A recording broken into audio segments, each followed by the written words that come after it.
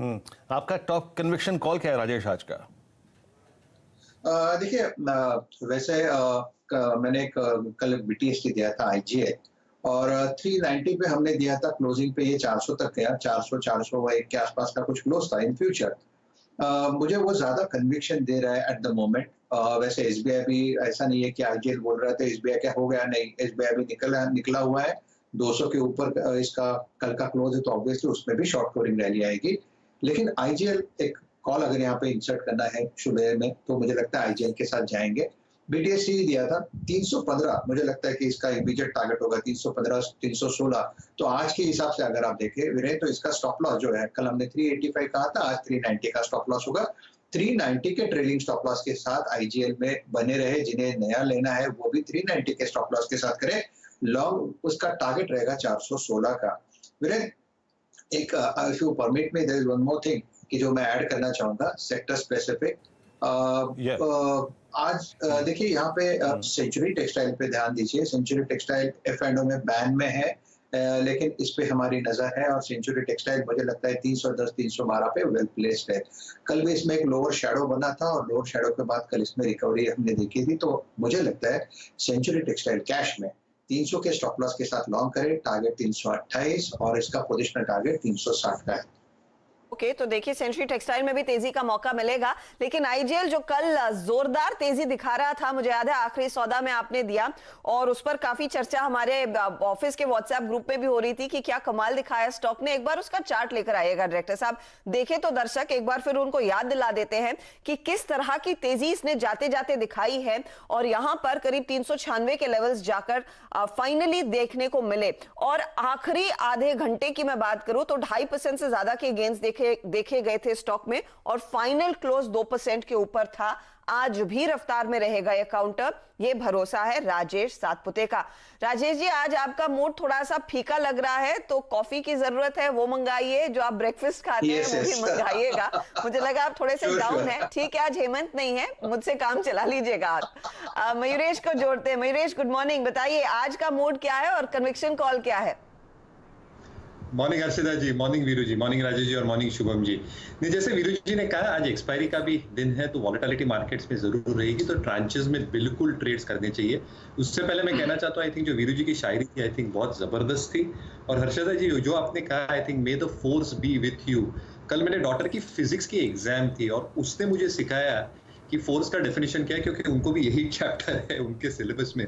When applied to an object, it causes momentum. तो बाजार में आई थिंक वहीं पे जोर लगाई है जहाँ पे मोमेंटम है। यहाँ को देख के मुझे लगता है आई थिंक थोड़ा सेक्टर और स्टॉक स्पेसिफिक रहना चाहिए। मार्केट में आई थिंक जो उलझन है वो पॉजिटिव साइड पे ही है। लिक्विडिटी बहुत स्ट्रांग है मार्केट में। और जो दो चीज नीरज और आशीष सुबह शो में बता रहे थे, दो चीजें आई थिंक, एक जो डॉलर इंडेक्स है अभी भी आई थिंक अपवर्ड ट्रेजेक्टरी में नहीं है, और दूसरा real yields are still in negative terrain. इसलिए मुझे लगता है आई थिंक मार्केट्स में आई थिंक पॉजिटिव उलझन रखना चाहिए। जो नंबर्स आए थे, मुझे लगता है pharma to a certain extent, speciality chemicals और रूरल थीम, आई थिंक ये चलती रहेगी, where I think a lot of fertiliser stocks have also got included. So sector और स्टॉक स्पेसिफिक एक्शन जरूर रखनी चाहिए सर। आज का आपका कन्विक्शन कॉल क्या है, बताइए मयूरेश। ट्रेडर की हेड पहन के हेमंत नहीं है, लेकिन उनका मैं ये लॉजिक यूज कर लेता हूं। और एक बात तो बिल्कुल सही है, आपने जो फोर्स की डेफिनेशन कहा, समझ में आई मुझे आपकी बेटी की बुक से देख के। जितने बैक बेंचर्स थे ना, हम सारे स्क्रीन पे, हर्षदा को छोड़ के मेरे ख्याल से सारे बैक बेंचर्स हैं। वो खुद की पढ़ाई तो याद नहीं है, लेकिन अब बेटी को, बच्चे को पढ़ाते पढ़ाते याद आता है कि क्या पढ़ा था। खैर, आपकी कन्विक्शन कॉल क्या है? मैं बुराई अपने आप से नहीं करती हूँ, तो अब आपको जो समझना आप समझ लो। अच्छा वीरू जी, उसने मुझे सिखाया था ना, मैंने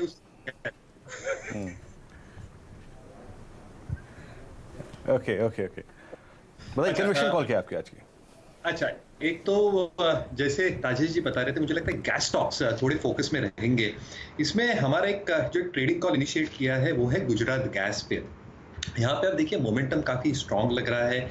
जो क्लस्टर्स हैं गुजरात के जो पोल्यूटेड क्लस्टर्स हैं वहाँ पे आई थिंक 4 से 5 क्लस्टर्स और एडिशन होने की पूरी क्षमता है। वो वापी को जोड़ लीजिए, भावनगर जोड़ लीजिए, राजकोट जोड़ लीजिए, तारापुर जोड़ लीजिए। दूसरा, इनको जो नए जोग्राफिकल एरियाज मिले हैं यहाँ से भी वॉल्यूम ग्रोथ आने की पूरी क्षमता है। और जो नंबर्स आए थे specifically for the quarter gone by, they have recouped and come back to 9.5 MMM SCMD और रियलाइजेशंस ऑन एन EBITDA पर SCM are also very stable at 4.9। तो मुझे लगता है आईजीएल में तो मोमेंटम रहेगा ही रहेगा, but we have initiated to call yesterday on Gujarat Gas, जहां पे हमें लगता है कि मोमेंटम शायद गैस कंपनीज में बरकरार रह सकता है।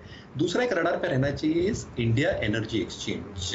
यहाँ पे मुझे लगता है आई थिंक जो बिजनेस डायनामिक्स है, जो मार्केट लीडरशिप पोजीशन है स्पॉट और शॉर्ट टर्म ट्रेडिंग में पावर एक्सचेंज के बतौलत, आई थिंक ये बरकरार और इनकी जो आई थिंक एक लीडरशिप सैंक्टिटी है वो बरकरार रहेगी। दूसरा, gross margins are very much intact at 80% cash rich balance sheet है, डिविडेंड यील्ड काफी तगड़ा है और लीडरशिप पोजीशन के कारण मुझे लगता है आई थिंक जो एक सिग्निफिकेंट ट्रैक्शन मिल सकता है पावर को लेके एंड पावर सेल्स को लेके सरकार की ओर से भी।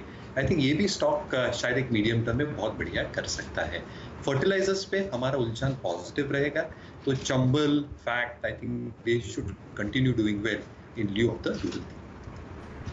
ओके, तो IEX, गुजरात गैस और ऑफ कोर्स फर्टिलाइजर स्टॉक्स तो रुझान तेजी का बना हुआ है, उसी के साथ रहेंगे इस समय भी। लेकिन आज कन्विक्शन कॉल जो आया है वो दरअसल गुजरात गैस पर आया है और IEX पर इनफैक्ट आजकल कई सारे लोग सवाल पूछ भी रहे हैं। इंटरेस्टिंग होगा यहाँ से आगे इसकी भी तेजी मैप करना। चलिए अब शुभम को जोड़ लेते हैं, क्योंकि शुभम आपको बताएंगे कि एक्सपायरी में एग्जैक्टली आज की सटीक रणनीति क्या होनी चाहिए। शुभम, आपके लिए सबसे ज्यादा एक्शन वाला दिन हर गुरुवार होता है, बताइए आज क्या ट्रेड एग्जीक्यूट करेंगे, एक्सपायरी की क्या तैयारी है और किन स्टॉक्स के जरिए होगा ये ट्रेड?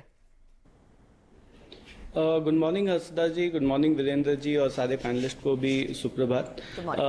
आज का जो दिन है मुझे लगता है कि थोड़ा सा डेटा और प्राइस का एक डाइवर्जेंस है, बिकॉज अगर हम देखें तो प्राइस ऊपर जा रहा है लेकिन डेटा निफ्टी और बैंक निफ्टी में जो हम जनरली एक्सपायरी पर्सपेक्टिव से देखते हैं वो बहुत ज़्यादा स्ट्रांग नहीं है। तो मैं एक चीज़ यहाँ पे हाईलाइट करूँगा कि निफ्टी में और पूरे मार्केट में जो हो रहा है पिछले 2-3 दिनों से एक ऑब्जर्वेशन है मेरा कि जितने भी स्टॉक्स चल रहे हैं एक हाई क्वालिटी से लो क्वालिटी के तरफ एक शिफ्ट देखने को मिल रहा है। और अगर आप कल भी देखें जितने स्टॉक्स चले थे वो वैसे स्टॉक हैं जो पिछले 5-10 साल के पुराने लेवल पे अभी भी ट्रेड कर रहे हैं।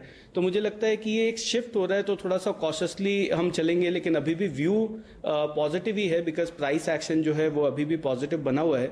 और अगर आज हमें कोई बेट लेना है तो मुझे लगता है कि बैंक निफ्टी पे लेना चाहिए। और सरप्राइजिंगली पहले निफ्टी आउट परफॉर्म कर रहा था, बैंक निफ्टी अंडर परफॉर्म कर रहा था, लेकिन अब ये ट्रेंड रिवर्स होता जा रहा है जहां पे पिछले 2 दिनों से बैंक निफ्टी में लॉन्ग एडिशंस है और वही निफ्टी में मार्जिनल शॉर्ट्स देखने को मिला है। तो मुझे लगता है कि अगर हमें ट्रेड बनाना है तो बैंक निफ्टी में 22,500 22,600 का एक टारगेट के लिए या एक एक्सपायरी का एक्सपेक्टेशन के लिए हम यहाँ पे ट्रेड बना सकते हैं। और जो आज का कॉल होगा वो कोइंसिडेंटली मेरा भी सेम ही कॉल है जो राजेश जी ने दिया है। मैंने भी IGL के कॉल पे ही आज बेट लिया और मुझे लगता है कि जिस तरह से प्लेसमेंट है और कोइंसिडेंटली पूरे ही तीनों हम गैस की ही बात कर रहे हैं, तो IGL में जिस तरह से प्लेसमेंट है और कल जो रिवर्सल देखने को मिला, और सिर्फ कल ही नहीं पिछले 4 दिनों से डेरिवेटिव डेटा में स्ट्रॉन्ग लॉन्ग एडिशंस देखने को मिल रहे थे, तो मुझे लगता है कि इसके बाद यहाँ पे स्ट्रक्चर काफ़ी पॉजिटिव है और यहाँ से और अपसाइड देखने को मिलेगा। तो मैं ऑप्शन के थ्रू इस ट्रेड को पार्टिसिपेट करूंगा। 400 के स्ट्राइक का कॉल ऑप्शन को खरीद के चले।